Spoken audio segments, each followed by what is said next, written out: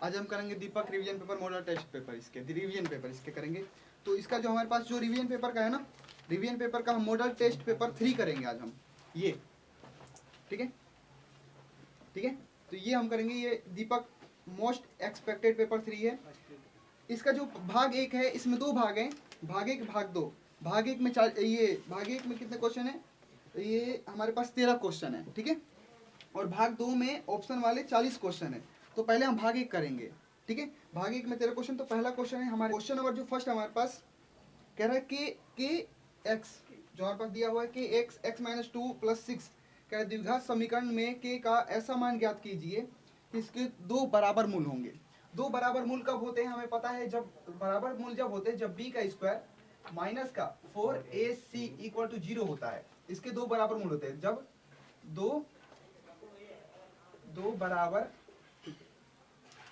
मूल होंगे। कब होंगे, जब बी स्क्वायर माइनस का 4ac इक्वल टू 0 होगा, जब 2 बराबर मूल होंगे। यहाँ पर हमारे पास इक्वेशन दिया हुआ है कि एक्स एक्स माइनस का 2 प्लस का 6 इक्वल टू में 0, ये दिया हुआ हमारे पास, ठीक है। तो कह रहा है के का मान ज्ञात करो, हमें के का मान ज्ञात करना है, के का मान ज्ञात करना है, ठीक है ना, के का मान ज्ञात करना है। तो जो के का मान हम ज्ञात करेंगे हमारे पास, तो इसको पहले सॉल्व करेंगे। ये क्या हो जाएगा, के एक्स का स्क्वायर माइनस का 2 के एक्स, ठीक है, 2 के एक्स हो गया, अब प्लस का 6 इक्वल टू 0 हो जाएगा। अब यहाँ से ना हम इसको इससे कंपेयर करेंगे, ए एक्स स्क्वायर प्लस में बी एक्स प्लस में सी, इससे कंपेयर करेंगे। इससे कंपेयर करेंगे तो हमारे पास ए का मान क्या आ गया, के आ गया, और बी का मान क्या आ गया 2 के एक्स, 2 के एक्स, 2 के एक्स, सॉरी एक्स नहीं आएगा, ओनली 2 के आएगा, ठीक है जी सर। और फिर यहाँ पर सी का मान क्या आ जाएगा 6 आ जाएगा।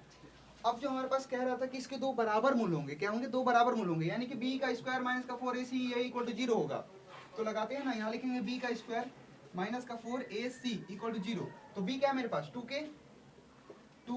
का स्क्वायर माइनस का 4, a क्या है मेरे पास k, तो k रख देंगे c6, और c क्या है 6 है, c6 और इक्वल टू 0, ठीक है।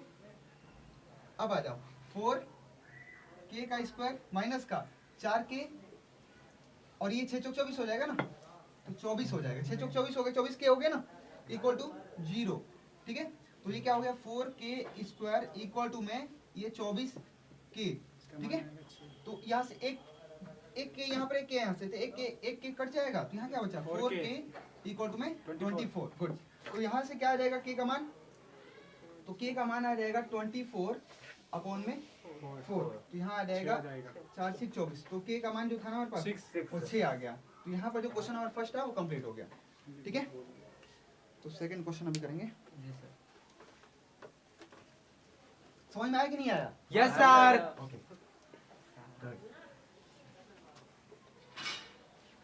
जो सेकंड क्वेश्चन है हमारे पास, ये कह रहे हैं ना क्वेश्चन नंबर 2, क्वेश्चन नंबर 2 कह रहे हैं निर्धारित कीजिए कि क्या बिंदु 1 5 2 3 2 और माइनस का 2 और माइनस का 11 संरेखीय है। तो यहाँ पर हमारे पास ना ये बिंदु दिया हुआ, तो हमें इसको लेट करते हैं एक ए बिंदु होगा, मान लेते हैं हम ए 1 5, ठीक है, और बी जो है हमारे पास 2 3 और है माइनस का 2, इसको सी मान लेते हैं, माइनस का 2 और माइनस का 11, ठीक है ना, ये सी मान लिया हमने। तो ये जो हमारे पास है तो ये हमने ले लिया।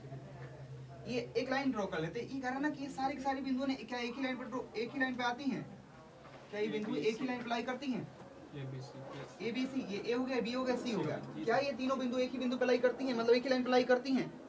तो अगर एक ही बिंदु पे, अगर एक ही लाइन पे अगर आती होंगी तो संरेखीय होंगी, वरना नहीं होंगी। इसको कैसे प्रूव करेंगे, तो हमारे पास दूरी का एक फॉर्मूला होता है, दूरी का फॉर्मूला होता है। तो दूरी का फॉर्मूला क्या होता है हमारे पास, दूरी का फॉर्मूला होता है रूट में एक्स का स्क्वायर x2 माइनस x1 का whole square plus y2 minus y1 का होल स्क्वायर। ये हमारे पास दूरी का फॉर्मूला है, ठीक है। Yes sir.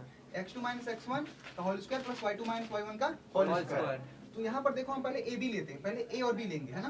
तो पहले a क्या है हमारे पास 1, और फिर क्या है 5, और फिर b क्या है हमारे पास, b हमारे पास 2, और फिर क्या है 3। तो फिर x1 क्या है मेरे पास 1, और x2 क्या है मेरे पास 2 और y1 क्या है मेरे पास 5, y2 क्या है मेरे पास 3। तो यहाँ पर हम रख दे फॉर्मूले में, तो यहाँ से ए बी डिस्टेंस आ जाएगा। यहाँ x2 क्या है मेरे पास 2 माइनस 1 का whole square plus y2 minus y1 का होल स्क्वायर। ये दो में से एक क्या आ जाएगा? हाँ तीन में से, ठीक है। यहाँ एक का स्क्वायर प्लस ये क्या आ जाएगा माइनस का 2 का स्क्वायर, और ये क्या आ गया हमारे पास ये 1 आ जाएगा और 2 दूनी 4 मतलब कि 4 आ गया, यानी ये क्या आ गया रूट 5 ये आ गया हमारे पास ए बी, ठीक है। ये 5 आ गया हमारे पास। ऐसे ही हम क्या निकालेंगे बी सी निकालते हैं, इसको सी मान लेते हैं हम, सी है ना हमारे पास, ये सी है हमारे पास, इसको हम अब बी सी निकाल देते हैं। तो यहाँ पर बी क्या है मेरे पास, बी है हमारे पास 2 3 और सी क्या है मेरे पास ये है माइनस का 2 और माइनस का 11, ठीक है। तो हमारे पास ये क्या है x1 है, x1 क्या है 2 और y1 क्या है मेरे पास 3 है ना, हाँ। और x2 क्या है माइनस का 2 और x2 y2 माइनस 11 माइनस का 11, ठीक है। अब निकाल देते हैं BC, है ना। BC क्या आ जाएगा हमारे पास y2 है, y2 इधर x2 आएगा, ठीक है। x1 x2, ठीक है, x1 x2 y1 y2, ठीक है ना। Yes sir. अब वही सेम फॉर्मूला हमारे पास लगेगा x2 minus x1 y2 minus y1, किसी में भी लगेगा, ठीक है ना। तो यहाँ देखो x2 क्या माइनस का 2 और ये क्या आ जाएगा माइनस का 2 का स्क्वायर प्लस y2 माइनस का y1 का स्क्वायर, ठीक है। अभी क्या आ जाएगा माइनस माइनस पर क्या हो जाएगा प्लस 4 का 4 हो जाएगा ना, माइनस माइनस प्लस हो गया 4 हो जाएगा 4 का स्क्वायर, और ये माइनस माइनस प्लस हो गया माइनस का 14, ठीक है। और ये क्या हो जाएगा 16 और ये क्या हो जाएगा 196 हो जाएगा, ठीक है ना। 14 को 14 से मल्टीप्लाई करेंगे तो 196 हो जाएगा, और जब 4 को 4 से मल्टीप्लाई करेंगे मतलब 16 आ जाएगा। अब इन दोनों को प्लस करेंगे क्या आ जाएगा, ये 12 का 2 और ये 2 10 112 आ जाएगा, क्या प्लस कर लेते हैं, ये आ जाएगा हाँ सर 112 12, ठीक है। Yes sir. 112 212 आएगा, यस सर 212, ठीक है। 212 हो गया। तो ये BC आ गया हमारे पास, AB आ गया, ठीक है। जी सर। अब ये वाला मैं रफ कर रहा हूँ, ठीक है ना। ठीक है सर। ये वाला रफ कर दो तो हमारे पास AB, ये AB वाला बता देना मेरे को, ये AB, ये मेरे पास AB वाला नहीं मिटा रहा हूँ, ये है ना। AB वाला बता देना, ये भी लिख देता हूँ यहाँ पर AB, ये BC आया था और ये AB क्या आया था हमारे पास रूट 5, ठीक है। तो यहाँ लिख दिया मैंने, ठीक है। अब हमारे पास क्या आ जाएगा AC, अब AC लेंगे, ठीक है ना। तो AC, तो पहले A बिंदु लेते हैं। A हमारे पास क्या है 1 5 और C क्या है मेरे पास माइनस का 2 और माइनस का 11। ये x1 यानी 1 और x2 क्या है माइनस का 2 और y1 क्या है मेरे पास 5 और y2 क्या है मेरे पास माइनस का 11, ठीक है ना। तो लगा देते हैं दूरी का फॉर्मूला AC, यहाँ पर AC इक्वल टू क्या आ जाएगा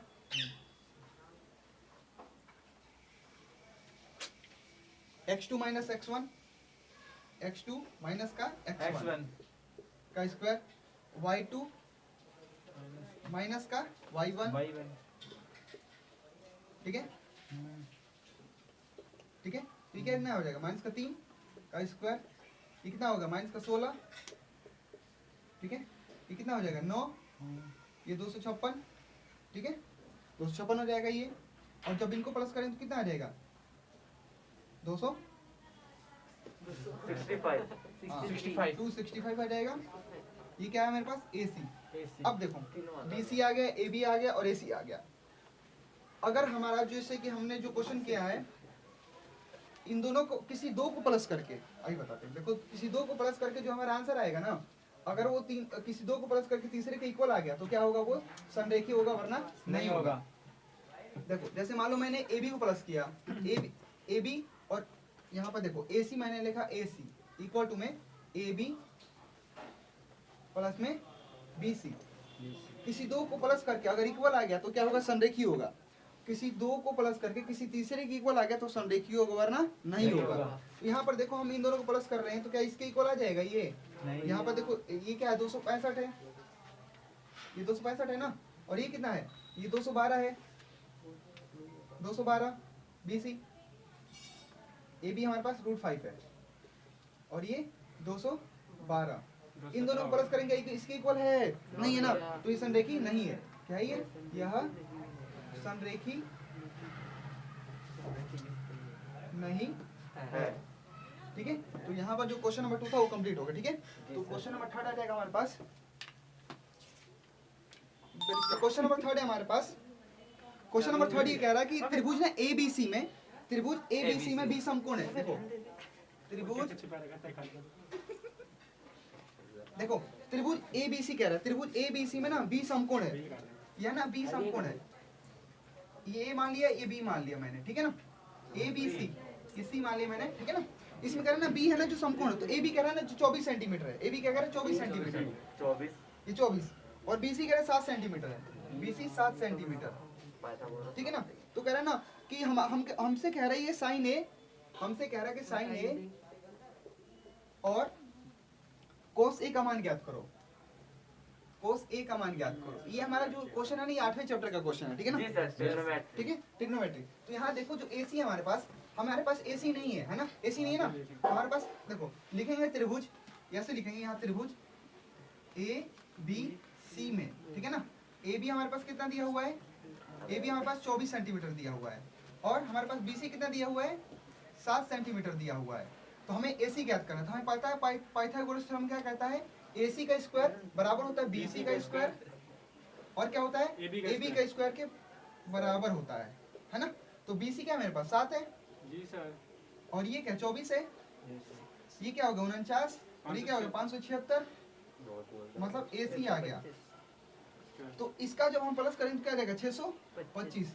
हमें पता है कि जो 625 का रूट क्या होता है, AC क्या आ जाएगा हमारे पास 25, AC आ जाएगा 625, 625 का रूट क्या होता है 25। तो ये AC कितना आ गया 25 आ गया। अब हमें क्या ज्ञात करना है, साइन ए, क्या ज्ञात करना है साइन ए। जो साइन ए क्या होता है पता है आप लोगों को, पंडित बद्री प्रसाद हर हर बोले, तो बता देते हैं ये एक बार, परपेंडिकुलर आपका अपॉन हाइपोटेन्यूज प्रसाद हर हर बोले, और सोना चांदी तोले, यानी ये टेन हो गया, ये साइन हो गया, और ये कॉस हो गया, और इसका उल्टा क्या होता है कोसेक, कॉस, हाँ कॉस, सॉरी, ये क्या हो गया कोसेक, और ये क्या हो गया सेक, और ये क्या हो गया कॉट, ठीक है। तो देखो हमें क्या ज्ञात करना है साइन ए, साइन क्या हो गया P अपॉन में H, यानी परपेंडिकुलर अपॉन में हाइपोटेन्यूज, है ना, परपेंडिकुलर अपॉन में हाइपोटेन्यूज। ये कितना था, हाँ 7 मतलब कर्ण, 25, ये क्या है, ये क्या है 7 है ना, BC 7 है ना, परपेंडिकुलर क्या है 7/25। इससे पहले ये ध्यान से देखो कि एंगल क्या कह रहा है, एंगल क्या कह रहा है ना, तो यहाँ पर एंगल जब ये बोल दिया तो ये क्या हो गया हमारे पास बेस हो गया, क्या हो गया बेस हो गया, और जब बेस हो गया तो परपेंडिकुलर हो गया, परपेंडिकुलर तो मतलब हाइपोटेन्यूज है ही है, हाँ 7/25, ये आ गया 7/25। और क्या बोल रहा है कोस ए, कोस ए, तो कोस ए क्या है मेरे पास बेस अपॉन में हाइपोटेन्यूज, तो बेस क्या है 24 है, बेस 24 है ना, तो 24/25, यहाँ लिखते हैं 24/25। तो ये हमारे पास क्वेश्चन नंबर जो 3 था वो कंप्लीट हो गया, ठीक है जी sir. Question number 4, question number 4, धातु की बनी एक टंकी से लंबी चौड़ी और चौड़ाई क्रमश 8 और 1.5 देखिए ये रुकवा दिया। क्वेश्चन नंबर 4 है ना, धातु की बनी एक घनाभ के आकार की टंकी की लंबाई है, लंबाई दिया हुआ है, चौड़ाई दिया हुआ, ऊंचाई दिया हुआ है, क्रमशः 3 मीटर, 2 मीटर, 1.5 मीटर। उससे बनाने में लगी धातु का क्षेत्रफल हमें ज्ञात करना है। तो घनाभाकार है, ये ध्यान से देखो क्या कह रहा है कि घनाभ है, तो घनाभ है तो मतलब उसका घनाभ का जो हमारे पास, इसके पहले लिख लेते हैं लंबाई, तो लंबाई कितना दिया हुआ है, लंबाई दिया हुआ है 3 मीटर, ठीक है। चौड़ाई कितना दिया हुआ हमारे पास, चौड़ाई हमारे पास 2 मीटर, और ऊंचाई कितना दिया हुआ है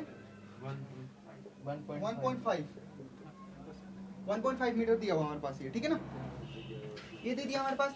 तो देखो हमें घनाभ का ना कहना, घनाभ को बनाने के लिए कितनी धातु की चादरों की आवश्यकता पड़ेगी, मतलब उसका क्षेत्रफल हमें ज्ञात करना है, और क्षेत्रफल भी कैसा, कुल पृष्ठीय क्षेत्रफल, कुल पृष्ठीय क्षेत्रफल क्या होता है घनाभ का, लेकिन घनाभ का नहीं, घनाभ का हाँ तो होता होगा घनाभ का टू कुल पृष्ठीय टू ब्रैकेट बन ये LB मैं प्लस बोल रही है। यही है ना सर? हाँ। टू ब्रैकेट बन 2LB plus GH plus HL। HL। यहाँ L क्या है? लेंथ है, Length है। B क्या है? ब्रेथ है, Height। हाइट, लेंथ, ठीक है ना? हाइट ठीक है? L क्या है मेरे पास? 3, ठीक है ना? लेंथ, और ये 2 प्लस 2 इंटू में 1.5 प्लस 1.5 इंटू में 3, यही है क्या ना? ठीक है? सर तो यहाँ 2 ले लिया हमने, 3 दूनी 6, और ये क्या हो जाएगा? तो 3 आ जाएगा मेरे पास ये, और प्लस ये कितना हो जाएगा? और 3 और 1 4, 4.5 हो जाएगा ना? ठीक है? कोई दिक्कत किसी को? No sir good. 9 12.5 ये 2, ये 9, और ये क्या आ जाएगा? 12.5 आएगा। 9 है ना? 13.5 आएगा ना? यस सर बोल गलत मत बोल। माय मिस्टेक ठीक है? 13.5, और यहाँ आ जाएगा 27 मीटर स्क्वायर आंसर आ जाएगा इसका। ठीक है? तो यहाँ पर जो हमारे पास क्वेश्चन नंबर 4 था वो कंप्लीट हो गया। ठीक है? यस सर क्वेश्चन नंबर 5वां। क्वेश्चन नंबर 5वां में कह रहे 52 पत्तों की अच्छी प्रकार फेंटी गई। 52 पत्तों को हमने अच्छी प्रकार फेंका, मतलब फेंटा, और गड्डी में से एक पत्ता निकाला हमने, गड्डी में से एक पत्ता निकाल लिया, और तो हुकुम के पत्ते को प्राप्त करने की प्रायिकता क्या है? ठीक है, यहाँ कुल पत्तों की संख्या कितनी है? लिखेंगे कुल पत्तों की संख्या 52 है ना? आपको हुकुम के पत्तों की संख्या कितनी होती है? 4 हुकुम के पत्तों की संख्या कितनी होती है? हुकुम के पत्तों की संख्या 13 सर 13 होता है। 13 हुकुम के पत्ते 13 होते 13 हैं। ईंट के अच्छा, 13 वो। पान के 13 उसके 13 हुकुम के पत्ते कह रहा है। 13 होते हैं। ठीक है? ऊपर क्या कह रहा है? तो लिखेंगे ना हुकुम के, अब क्या कह रही है हमसे? कह रहा है हुकुम के पत्तों को प्राप्त करने की प्रायिकता। लिखेंगे प्रायिकता, 1/4 यहाँ लिखेंगे पहले प्रायिकता जी, लिखेंगे, फिर लिखेंगे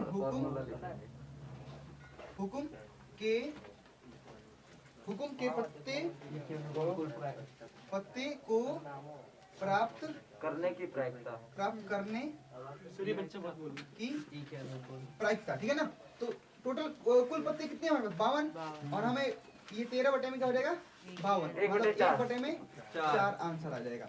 यहाँ पर जो क्वेश्चन नंबर 5 था वो हमारे पास कंप्लीट हो गया। जी सर ठीक है? जी सर क्वेश्चन नंबर 6 देखो।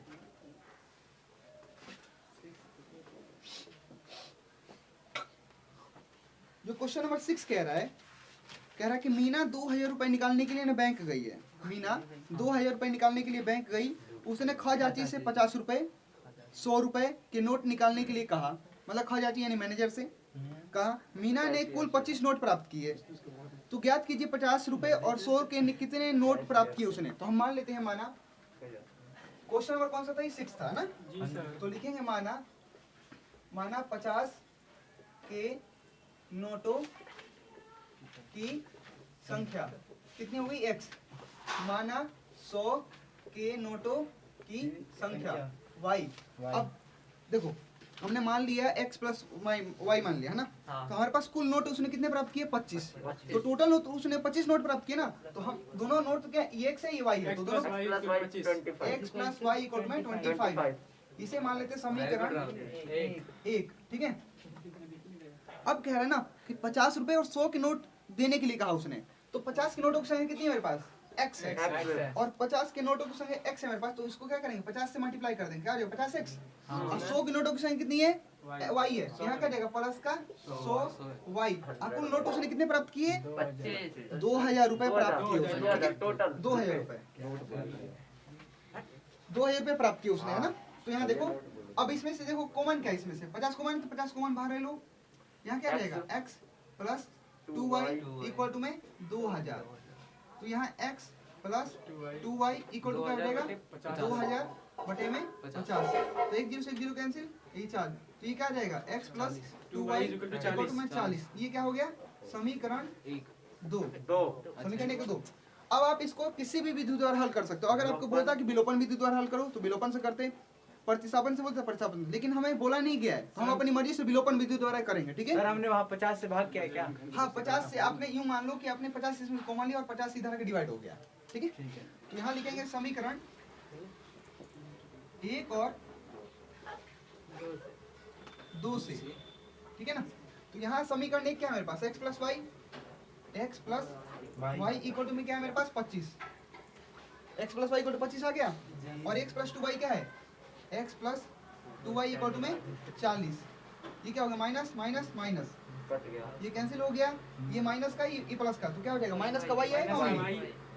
तो माइनस का y इक्वल टू क्या आ जाएगा माइनस का 15 तो माइनस का 15 तो यहाँ लिख देते हैं माइनस का 15 ये आ गया माइनस माइनस कैंसिल हो गया y का मान क्या आ गया 15 भाई का मान तो ये y का मान आ गया 15 समीकरण 1 में रखने पर हाँ तो लिखेंगे y का मान समीकरण 1 में रखने पर समीकरण 10 आ जाएगा समीकरण 1 में रखने पर समीकरण एक क्या है मेरे पास x plus y equal to में 25 x plus y equal to में 25 तो x प्लस 15 इक्वल टू में 25 तो x इक्वल टू क्या आएगा 25 माइनस का 15 तो ये क्या आ गया x इक्वल टू में 10 तो यहाँ लिखेंगे 100 के नोटों की संख्या कितनी आई है 15 y माना था ना 100 यस सर y 100 माना था y माना 100 यहाँ क्या जाएगा 15 लिखेंगे 50 के नोटों की संख्या कितनी आ जाएगी 10 ठीक है टोटल नोट 25 हो गए sir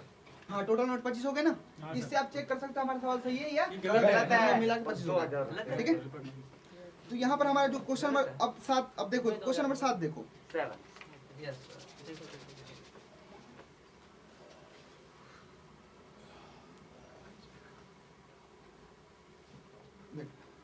question number 7 question number जो 7 कह रहा है कि 10 और 250 के बीच में ना 4 के कितने गुणज मौजूद हैं 4 के कितने गुणज मौजूद हैं यानी कि हमसे n पूछ रहा है नंबर ऑफ टर्म पूछ रहा है यानी 5वें चैप्टर का ही है हमारे पास ठीक है ना समांतर तो श्रेणी क्या बोल रहा है 4 और 10 और 250 10 और 250 के बीच में अब समझो बात को बीच में बोल रहा है क्या बोल रहा है 10 और 250 के बीच में बोल रहा है क्या बोल रहा है बीच में तो बीच में यानी कि मतलब क्या होता है 10 4 से डिविजिबल है नहीं है ना 4 से भाग होगा पूरा पूरा बिल्कुल नहीं होगा तो 11 होगा नहीं होगा 12 होगा हाँ होगा तो पहला टर्म क्या आ गया 12 फिर क्या हो जाएगा 16 अब चलते चला जाएगा अब देखो इसमें से क्या होगा इसमें से 250 भाग हो जाएगा पूरा पूरा नहीं होगा 248 हो सकता है तो 248 इसका लास्ट टर्म होगा ठीक है ना तो ये जो दिया हुआ हमारे पास ये जो है हमारे पास ये हाँ बोलो 248 कैसे खुशे करे वो बताता हूँ देखो ये देखो ये यहाँ से यहाँ तक ये आ गया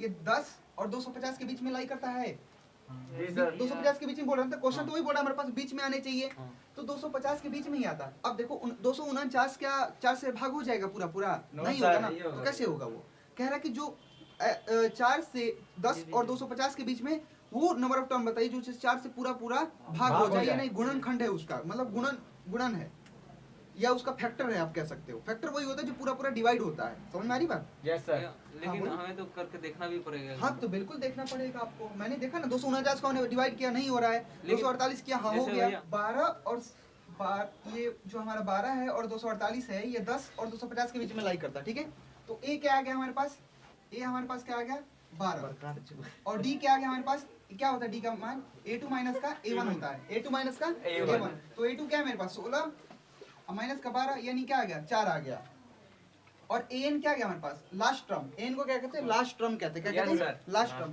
तो an क्या आ गया हमारे पास 248 an 248 आ गया ठीक है ना तो an का फॉर्मूला क्या होता है हमारे पास an इक्वल होता है a प्लस n माइनस का 1d तो n क्या होगा 248 है हमारे पास और ये क्या है मेरे पास 10 12 है और n हमें फाइंड करना है मतलब निकालना है और d क्या है मेरे पास 4 है ठीक है तो ये 248 आ गया मेरे पास ये 12 प्लस 4n अंदर मल्टीप्लाई कर दो माइनस का 4 ठीक है ना ये माइनस का 4 आ गया और ये 248 इक्वल टू 12 में से 4 गया 8 यहाँ 8 आ जाएगा और प्लस का 4n तो इधर 4 इधर आके माइनस करेगा तो 2 4 8 240 माइनस का 8 इक्वल टू में 4n तो यहाँ से 248 ये क्या आ जाएगा 240 ये 240 हो जाएगा ये और इक्वल टू क्या आ गया 4n तो n का मान क्या आ गया 240 बटे में 4 यानी कट के क्या आ गया n का मान 60 आ गया ये हमारे पास क्वेश्चन नंबर 7 का आंसर ये है ठीक है तो यहाँ क्वेश्चन नंबर जो 7 था वो कंप्लीट हो गया क्वेश्चन नंबर जो 8 है हमारे पास क्वेश्चन नंबर 8 क्या कह रहा है त्रिभुज ABC एक समद्विबाहु समकोण त्रिभुज है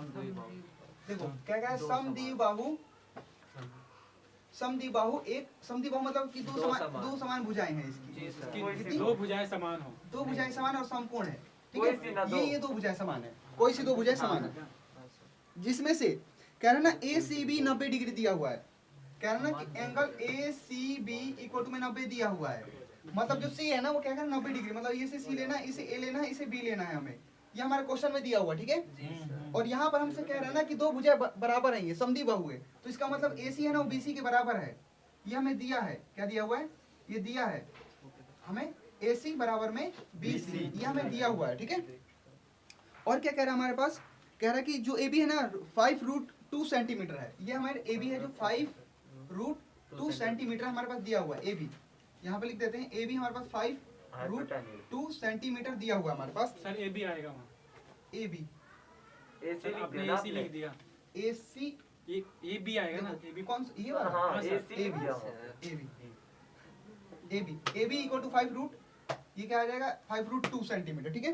जी सर। और हमें कह रहा है कि ए सी का मान ज्ञात करो, हमें कह रहा है कि जो ए सी है ना इसका मान ज्ञात करो। देखो अब ध्यान से देखो, पाइथागोरस प्रमेय में क्या कहता है, ए बी का स्क्वायर बी सी का स्क्वायर ए सी का स्क्वायर दोनों इक्वल होता है, मतलब प्लस करके, है ना। तो यहाँ लिखते हैं, दोनों के बराबर, लिखते हैं क्या लिखेंगे, ए बी का स्क्वायर इक्वल टू में बी सी का स्क्वायर प्लस ए सी का स्क्वायर, है ना। तो देखो ए बी क्या है मेरे पास 5√2 है, 5√2 का स्क्वायर, बी सी क्या है मेरे पास निकालना है मुझे, है ना। दोनों आपको बराबर। और ये ए सी हमारे पास है नहीं। अब देखो ये कितना हो गया, इसको सॉल्व करें तो कितना हो जाएगा हमारे पास, रूट से रूट ये 50 हो गया, ये 50 हो गया ना। कैसे हुआ ये बता देते हैं, 5√2 है ना का स्क्वायर है, तो इसका मतलब इसका भी रूट है, इसका भी रूट है, इसका भी स्क्वायर और इसका भी स्क्वायर, तो ये 25 हो गया और ये कितना हो गया 2, तो मतलब 50 हो गया, ठीक है। जी सर। समझ में आ गया, जी सर। ओके। अब देखो ये 50 आ गया मेरे पास, तो ये देखो अभी हमने क्या कहा था, ए बी ए सी और बी सी बराबर है, तो मैं बी सी की जगह ए सी लिख दूं, यस सर। ए सी का स्क्वायर प्लस में ए सी का स्क्वायर, ठीक है ना। तो ये क्या हो गया, हाँ क्यों, क्योंकि ए सी बी सी के बराबर है, तो ए बी सी की जगह क्या लिख दिया मैंने, ए सी लिख दिया यहाँ पर, इसकी जगह मैंने क्या लिख दिया, ए सी लिख दिया, तो क्या हो गया 2ac स्क्वायर हो गया। भैया यहाँ पे माना लिखना पड़ेगा ना। नहीं माना नहीं, दिया हुआ है हमारे पास, ये दिया हुआ है, ये समद्विबाहु त्रिभुज है, समद्विबाहु समकोण त्रिभुज, मतलब समद्विबाहु मतलब क्या होता है, जिसकी दो भुजाएं समान होती हैं, तीसरा भुजा समान नहीं होता है, ठीक है। Yes sir. अब देखो तो ये क्या हो गया 50 इक्वल टू में 2ac का स्क्वायर, ठीक है। तो 2 इधर क्या करेगा डिवाइड, तो ac का स्क्वायर इक्वल टू 50 बटे में 2, तो 2 से 2 कैंसिल, ac क्या आ गया 25, तो ac क्या आ गया हमारे पास रूट में 25 यानी कि 5 आ गया, यही हमें निकालना था। तो ये हमारा आंसर है, क्वेश्चन नंबर जो 8 था वो क्या हुआ, कंप्लीट हो गया। सर एक बार और समझ में नहीं एक बार और देखो, जो त्रिभुज ACB है ना 90 डिग्री है, ACB 90 डिग्री थी, C मतलब 90 डिग्री है, और ये क्या है मेरे पास AB √5√2 दिया हुआ हमारे पास ये, ठीक है ना। और हमें जो हमारे पास दिया हुआ है कि ये जो ABC है ना वो एक समद्विबाहु समकोण त्रिभुज है, इसका मतलब ये होता है कि दो भुजाएं समान होती हैं, मतलब BC इक्वल टू में AC होगा, तो BC इक्वल टू में AC कर दिया हमने, दिया हुआ हमारे पास लिख दिया मैंने। तो हमें पाइथागोरस प्रमेय द्वारा पता है ना कि AB का स्क्वायर इक्वल टू क्या होता है, BC का स्क्वायर प्लस में AC का स्क्वायर होता है। Yes sir. तो BC की जगह क्या लिख दिया मैंने, AC लिख दिया यहाँ पर, ठीक है। और AC एज इट इज है मेरे पास, यस तो सर। दोनों को जब प्लस करें तो क्या होगा 2AC स्क्वायर हो जाएगा, यस सर। ये 2AC स्क्वायर हो गया। Yes, और sir. 50 था ये हमारे पास, कैसे हुआ इसको सॉल्व करके आया हमारे Yes, पास sir. 50, तो इधर 2 मल्टीप्लाई कर दिया, इधर क्या करेगा डिवाइड Yes, कर दिया, sir. तो 25 आ गया हमारे पास। Yes, sir. इधर रूट स्क्वायर, तो इधर क्या करेगा रूट, तो 25 का root. 25 का रूट क्या होता है 5 पाँच। होता है, ठीक है। Yes sir. नेक्स्ट हमारे पास क्वेश्चन क्वेश्चन नंबर 9 जो हमारे पास, देखो क्वेश्चन नंबर 9 जो है ना, कह रहा है व्यास 150 सेंटीमीटर, क्या कह रहा है, व्यास 150 सेंटीमीटर। व्यास 150 सेंटीमीटर, देखिए ना व्यास 150 सेंटीमीटर, कह रहा है किसी कुएं के चारों ओर, जैसे मान लो ये कुआं है, ये मान लो कुआं है, ठीक है ना, कह रहा है किसी कुएं के चारों तरफ, देखो समझो इधर, यस सर। किसी कुएं के चारों तरफ कहना पत्थर की एक मेड़ बनी हुई है, ऐसी मेड़ बनी हुई है, ये ऐसे मेरा करके, कॉपी नहीं दे रहा है। ऐसे मेड़ बना हुआ है, ठीक है ना, ऐसा मेड़ बना हुआ है कुएं के चारों तरफ। मेन का क्या मतलब? मेड़ मतलब कि कुएं पर पहले चढ़ते थे तो ऐसे चढ़ने वाला नहीं लगाया जाता था मेड़ पे, ताकि आराम से पानी निकाल सकें, जिन्हें आप सीढ़ियां कहते हैं। वल्लाई जिसे कहते हैं, किनारे किनारे पे होता था ना, वही वाला मेड़ है। अब देखो जो कुएं का जो व्यास दे रखा है ना, ये बातें नहीं, जो 150 सेंटीमीटर दिया हमारे पास, इसका व्यास हमारे पास दिया हुआ है, ठीक है। अब कह रहा है जो मेड़ है ना, मेड़ के घेरे की लंबाई, देखो मेड़ के घेरे की लंबाई, मेड के घेरे की लंबाई है ना जो हमारे पास 660 सेंटीमीटर दिया हुआ है, 660 सेंटीमीटर दिया हुआ है। अब बात समझो ध्यान से, ये जो मेड के घेरे की लंबाई 660 सेंटीमीटर दिया हुआ, व्यास कितना दिया हुआ, 150 दिया हुआ है। तो कह रहा है ना कि ये जो यहाँ से यहाँ तक है ना, जो ये पूरा का पूरा ज्ञात करो। दिखाओ एक बार बुक, ये जो हमारे पास दिया हुआ है, क्या दिया हुआ है हमारे पास, कह रहा है कि तो इस मेड की चौड़ाई ज्ञात कीजिए। ये जो है ना, इस मेड की हमें ये चौड़ाई ज्ञात करनी है, ये वाला जो पोर्शन है ना, ये हमें ज्ञात करने के लिए बोल रहा है, ठीक है। ये चौड़ाई इसकी कितनी है। अब देखो ये वो व्यास किस चीज का है? ये व्यास कुएं का व्यास है, ये कुएं का व्यास है, कुएं का व्यास, कुएं का व्यास हमारे पास दिया 150 सेंटीमीटर, ठीक है ना। अब देखो तो इसका त्रिज्या क्या हो जाएगा, कुएं के त्रिज्या हमारे पास त्रिज्या सर जी 75 75 सेंटीमीटर, ठीक है ना। तो ये हमारे पास करना है, जो मेड की लंबाई है ना वो 660 सेंटीमीटर दिया हुआ है। तो कुएं के मेड की लंबाई 660 सेंटीमीटर और सरकमफ्रेंस ऑफ सर्कल, यानी कि जो ये परिमाप होता है, आप बोल सकते हो परिमाप, या उसे कहते हैं वृत्त की जो परिधि, वृत्त की परिधि जो, हाँ वृत्त की जो परिधि होती है वो क्या होता है 2 पाई आर। तो लिखेंगे, देखो ये जो हमारे पास एक तरीके से हम मानते हैं कुआं, ये जो कुएं का ना मेड़ हो गया, ये क्या हो गया, कुएं का मेड़ हो गया। और ये जो है ना ये कुआं हो गया। ये जो कुएं का जो व्यास दिया हुआ ना 150 सेंटीमीटर दिया हुआ है, ठीक है, 150 सेंटीमीटर दिया हुआ है। और यहाँ से यहाँ तक जो ये चौड़ाई है ना हमें फाइंड करना है। ये कह रहा है कुएं का जो मेड़ की चौड़ाई है ना ये फाइंड करो। तो जो हम लिखेंगे वृत्त की परिधि, वृत्त की परिधि 2 पाई आर, वृत्त की परिधि क्या हो जाएगा 2 पाई आर। वृत्त की परिधि 2 पाई आर हो गया। और जो वृत्त की परिधि हम बाहर वाला ये 660 सेंटीमीटर है, नहीं है, इससे ले लो 660 centimetre equal to 2 pi R, ठीक है ना। अब हमारे पास जो इसका यहाँ से यहाँ तक डिस्टेंस हमारे पास दिया हुआ है, इसका त्रिज्या दिया हुआ है, ये यहाँ से यहाँ तक त्रिज्या हमें दिया हुआ है, नहीं दिया हुआ है ना, तो नहीं, इसको हम ऐसे ही रहने देंगे 660 इक्वल टू 2 इंटू में 22 बटे में 7 इंटू में आर। तो ये देखो 22 से कम 22, 22 यहाँ 66 यानी 30 आ गया।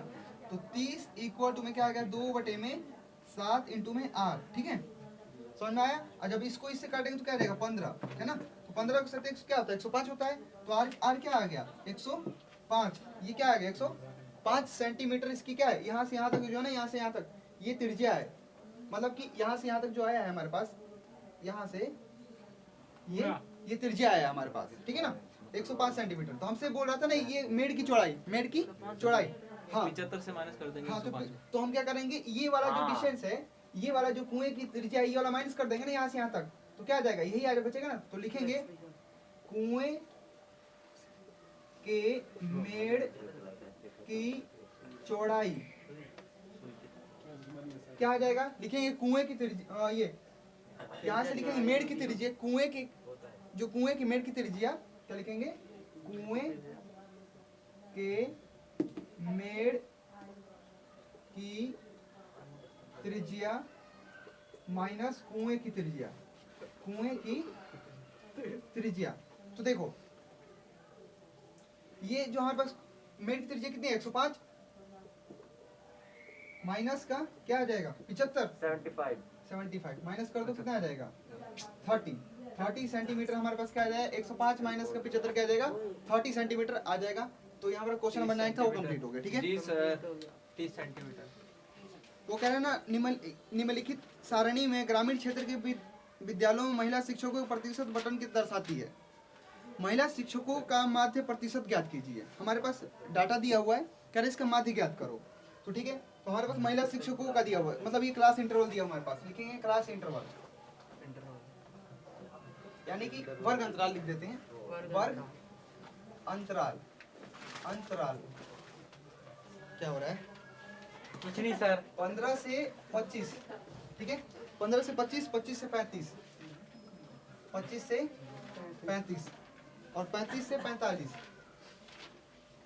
35 से 45 और 45 से 55, 45 से 55 हो गया और 55 से 65, 55 से 65, 55 से 65 और 65 से 75, 65 से 75 हो गया और 75 से 85, 75 से 85, ठीक है। ये हमारे पास वर्ग अंतराल दे दिया और ये क्षेत्रों की जो संख्या दी हुई एफ आई है, क्या है एफ आई, यानी कि बारंबारता, ठीक है। 6, 11, 7, 4, ये 4 दिया हुआ है, 4, 2, एक कहाँ गया, 4 एक ही बार है। 4 एक ही 4 2 बार है, 3 Yes, बार लिया sir. हमने। यहाँ क्या आ जाएगा 2 1, ठीक है ना। Yes sir. ये निकालो, ये देखो इन दोनों को जब हम प्लस करेंगे क्या हो जाएगा 30 40 हो गया। 40 का यहाँ एक्स आई निकालेंगे अब, माध्य क्या करना है सर? हाँ माध्य एक्स आई क्या रहेगा हमारे पास 40 आधा 20 है ना। Yes sir. माध्य कैसे याद कर लेते हैं, ये 15 प्लस में 25 करके क्या करते हैं 2 से डिवाइड। तो क्या जाएगा 40 बटे में 2 हो जाएगा, 20 20 आ जाएगा, ठीक है। Yes 20 sir. आ जाएगा ना, ठीक है। Yes sir. तो ये 20 आ गया, और ये कितना आ जाएगा, कितने गैप है, देखो गैप कितने का है, गैप कितने का है, 10 का गैप है, 10 का गैप है 10 सर। का, तो क्या आ जाएगा 30, फिर क्या आ जाएगा 40, फिर क्या आ जाएगा 50, फिर क्या आ जाएगा 60, फिर क्या आ जाएगा 70, फिर क्या आ जाएगा 80, ठीक है ना। अब निकालेंगे हम, क्या निकालेंगे एफ आई एक्स आई निकालेंगे, क्या निकालेंगे FI एफ आई एक्स आई, मतलब इन दोनों को मल्टीप्लाई करेंगे हम, मतलब मल्टीप्लाई करके क्या आ जाएगा एफ आई एक्स आई, यहाँ लिख देते हैं एफ आई एक्स आई क्या आ जाएगा 120, फिर क्या आ जाएगा 330 है ना, 280, 280, फिर क्या आ जाएगा 200, फिर क्या आ जाएगा 240, 240, 140, 140, 80 है ना। अब क्या करेंगे, यहाँ निकालो सिग्मा एफ आई, सबको जोड़ देंगे। प्लस करके ये 17, ये क्या हो गया 17 हो गया, 17 और 7 कितना होता है 24, 24 28 32 34 35 है ना। Yes, यहाँ sir. पे 35 आ गया हमारे पास, ये क्या आ गया 35 आ गया सिग्मा एफ आई पकड़ो इसे। तो यहाँ पर जब हम एफ आई एक्स हमारे पास ये आ गया, तो जब हम इसको मल्टीप्लाई करेंगे तो sigma F I X I आ जाएगा हमारे पास, sigma F I X I equal to क्या आ जाएगा 1390, इनको प्लस करके हमारे पास क्या आ जाएगा 1390 आ जाएगा, ठीक है। तो यहाँ से सिग्मा एफ आई क्या आएगा 35 आएगा, सिग्मा एफ आई एक्स क्या आ जाएगा 1390 आ गया, ठीक है। क्या होता है हमारे पास FIXI sigma F I X I sigma FI, ठीक है। तो क्या आ जाएगा 1390 बटे में क्या आ जाएगा 35। जब हम इसको इससे डिवाइड करेंगे तो ये आ जाएगा 39 पॉइंट क्या आ जाएगा 39.72% में आंसर आ जाएगा। तो ये क्या हमारे पास आंसर आ गया, ठीक है। तो ये हमारे पास क्वेश्चन नंबर जो 10 था कंप्लीट हो गया, ठीक है। लाओ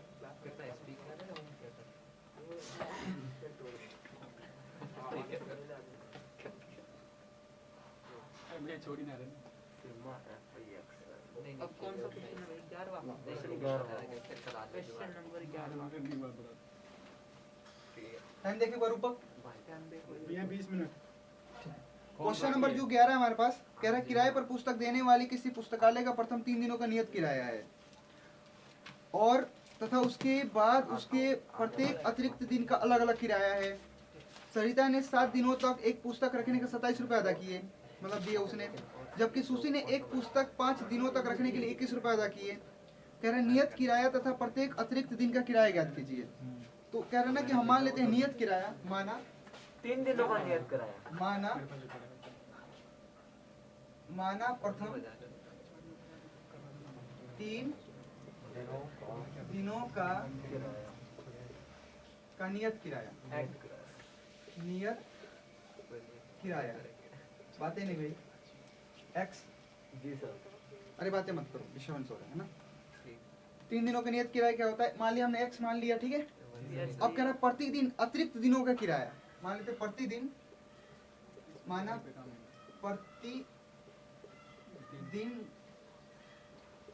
प्रतिदिन का किराया, अतिरिक्त किराया साथ साथ में उतारते भी चलोगे ना तो बहुत अच्छी बात होगी मेरे ख्याल से। Yes sir. ठीक है, अतिरिक्त किराया क्या हमारे पास। Yes sir.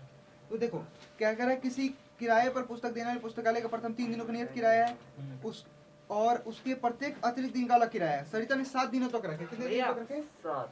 ये 3 दिनों के बाद अलग अलग किराया लगता है। नहीं नहीं देखो 7 दिनों तक रखे ना उसने, 7 दिनों तक, तो इसमें 3 पार्ट में डिवाइड होगा, तो 3 दिन तो रख लिए इसने। इसका तो किराया फिक्स है भाई, इतना ही रुपए देने हैं, लेकिन इसका किराया फिक्स नहीं है कि इसके कितने हैं, तो 4 दिन तो रखे ही ना, तो प्रतिदिन की तो हमने मान ही रखा है एक्स, प्रथम 3 दिनों का नियत किराया माना है ना एक्स। Yes sir. ये आ गया क्या हो जाएगा एक्स जमा प्लस ये कितना हो गया 4 है ना, 4 बचा तो 4y हो जाएगा, क्या हो जाएगा 4y। ये किराया है हमारे पास, ठीक है ना। और कितने रुपए अदा किए इसने, 27 रुपए अदा कर दिए। तो यहाँ क्या आ गया 27, तो लिखेंगे समीकरण 1, ठीक है। अब कह रहा है जबकि सुशी ने एक पुस्तक 5 दिनों तक रखे, सुशी ने कितने दिनों तक रखे, 5 दिनों तक। तो नियत किराया कितना है, 3 दिन तक, बचे कितने 2 दिन। तो क्या आ जाएगा यहाँ, क्या आ जाएगा x plus 2y equal to में 21। तो ये क्या हो गया समीकरण 2, ठीक है ना। समीकरण 2 आ गया। तो लिखे अब इसको किसी भी विधि द्वारा हल कर लो, विलोपन से चाहे प्रतिस्थापन से, तो हम विलोपन से कर लें। हाँ, तो लिखेंगे समीकरण 1 और 2 से, ठीक है ना। तो यहाँ आ गया x plus 4y equal to में 27, ठीक है ना। x प्लस 2y 21 आ गया, माइनस माइनस माइनस, ठीक है, कैंसिल हो गया हमारे पास। ये 4 में से 2 गया, 2 आ गया, यहाँ क्या आ गया 6 आ गया।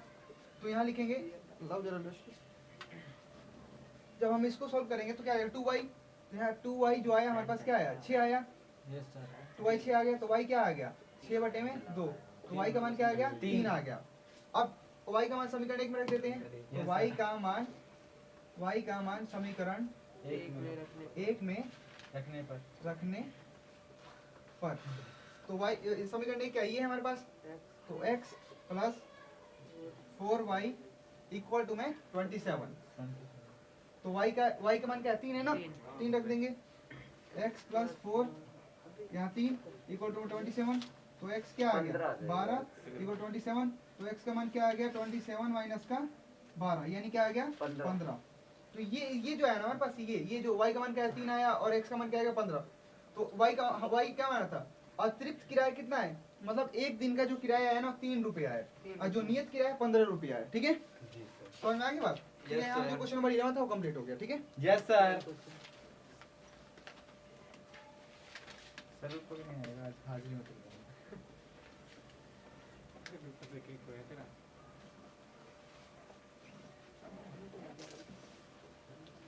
क्वेश्चन नंबर 12 देखो, क्वेश्चन नंबर 12 है हमारे पास। कह रहा है एक वृत्त की त्रिज्या 2 सेंटीमीटर, 2 सेंटीमीटर त्रिज्या है, उसके केंद्र से 5 सेंटीमीटर दूर किसी बिंदु से वृत्त पर 2 स्पर्श रेखाएं खींची गई। स्पर्श रेखा की लंबाई मापी है हमारे पास, कह रहा है, ठीक है ना।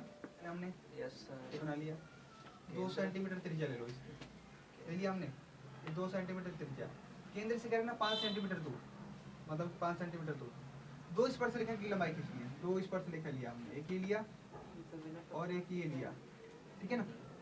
2 स्पर्श रेखाएं ली हमने, तो यहाँ से एक ये ले लिया हमने और एक यहाँ से ये ले लिया हमने।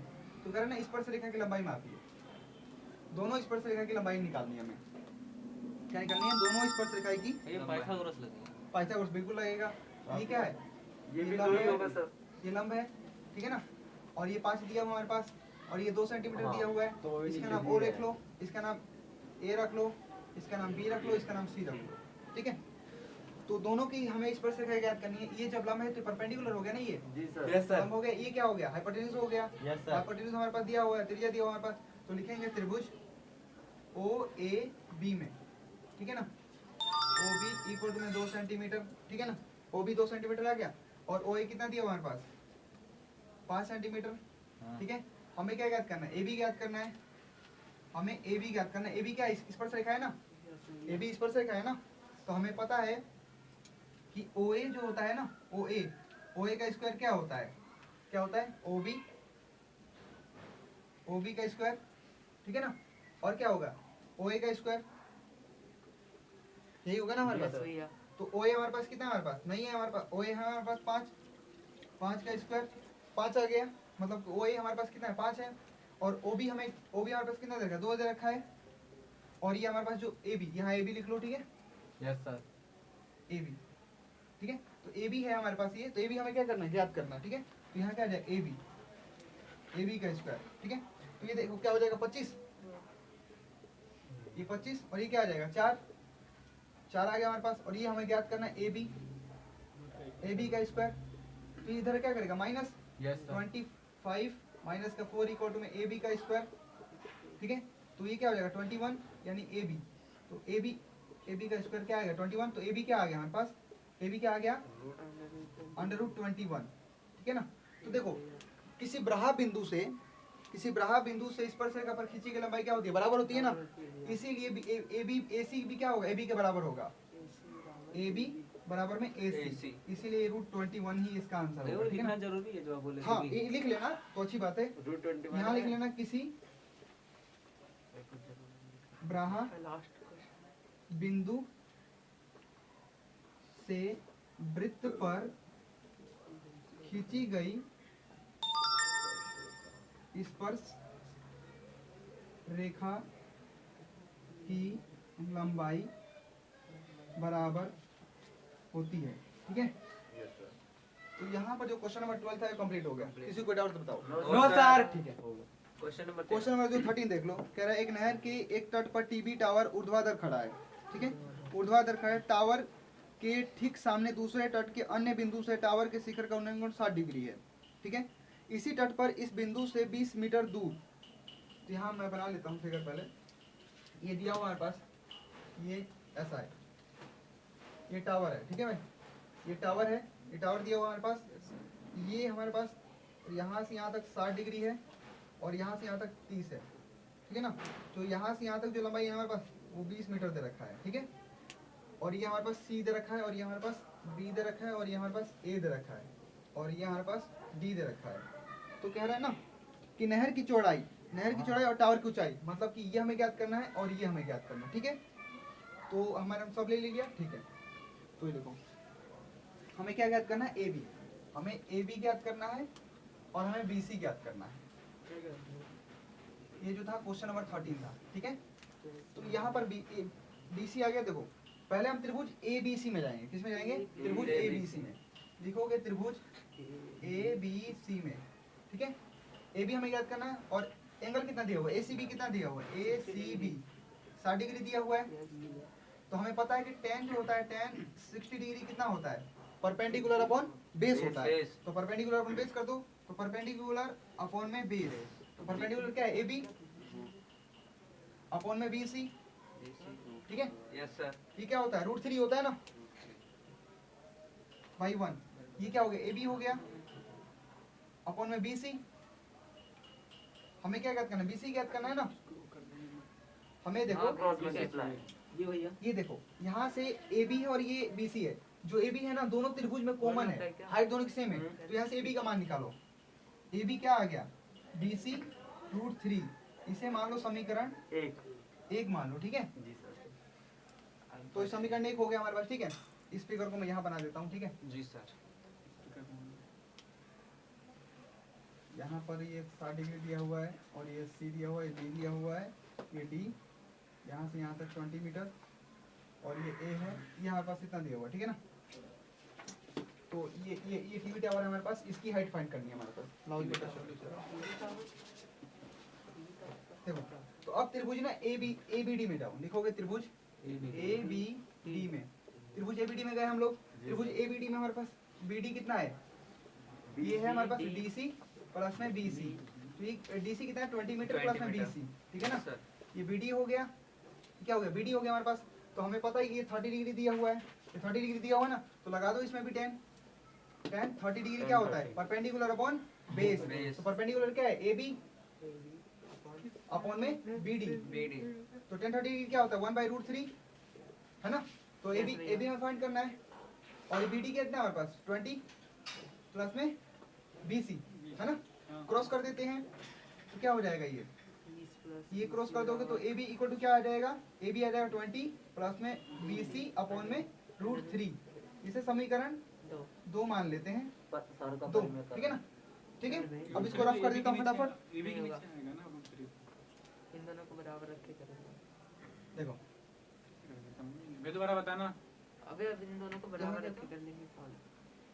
बी सी √3 समीकरण भैया ए 1। बी के नीचे √3 आएगा ना शायद। देखो ये ऊपर चला जाएगा ना, ये ऊपर चला जाएगा तो ए बी यहीं बचेगा ना, तो वही ए बी है, अच्छा ठीक है। समीकरण 1 और 2 से, समीकरण 1 क्या हमारे पास, ये है हमारे पास, और समीकरण 2 ये है। LHS बराबर है तो RHS बराबर होगा 20 प्लस BC अपॉन में √3 हो जाएगा, इक्वल टू में क्या हो जाएगा BC √3, ठीक है। इसको क्रॉस कर देंगे तो 20 प्लस BC इक्वल टू क्या हो जाएगा, ये हो जाएगा 3BC हो जाएगा।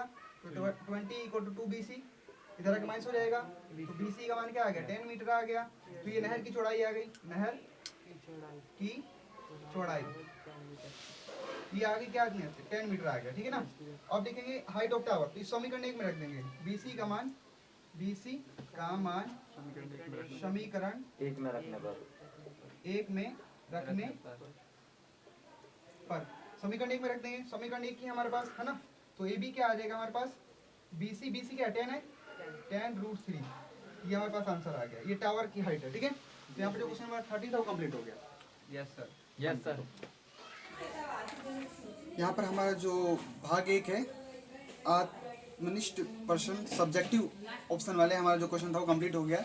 यदि आप चाहते हैं कि इसका जो सेकंड पार्ट है भाग 2 वस्तुनिष्ठ यानी ऑब्जेक्टिव ऑप्शन वाले में करवाऊं, तो आप इसके लिए कमेंट करें। नहीं तो हमारा जो आपका ये पेपर है ये डिस्क्रिप्शन में आपको PDF के तौर पे मैं उपलब्ध करवा दूंगा।